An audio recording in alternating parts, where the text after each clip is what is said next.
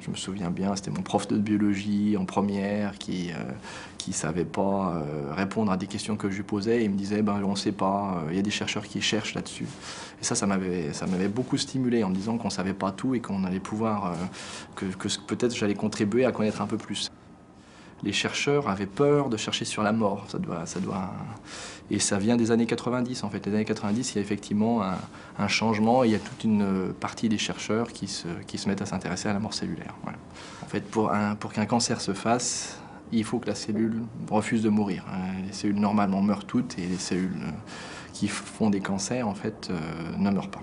Et donc au cours des 10 dernières années, on s'est intéressé à essayer de comprendre pourquoi les cellules cancéreuses refusaient de mourir en fait. Et en étudiant ça, des choses très très fondamentales, on a découvert qu'on pouvait éventuellement réinduire la mort de ces cellules tumorales en poussant sur un petit bouton, en fait, en créant des petites molécules qui vont venir dire à des choses qui sont à l'extérieur des cellules, ben maintenant c'est le moment de remourir. Ce qu'on a réalisé, c'est ce qu'on appelle des thérapies ciblées. C'est-à-dire qu'en fait, on essaye de tuer que les cellules cancéreuses et pas les cellules normales.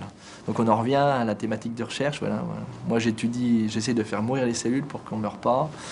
Et bon, c'est pas parce qu'on on a les États-Unis avec des budgets énormes que finalement c'est de là que va venir la découverte qui va apporter un remède contre le cancer.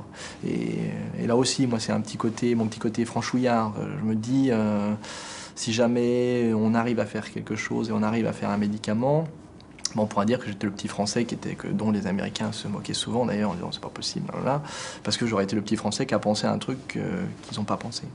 Donc c'est aussi ça peut être aussi intéressant.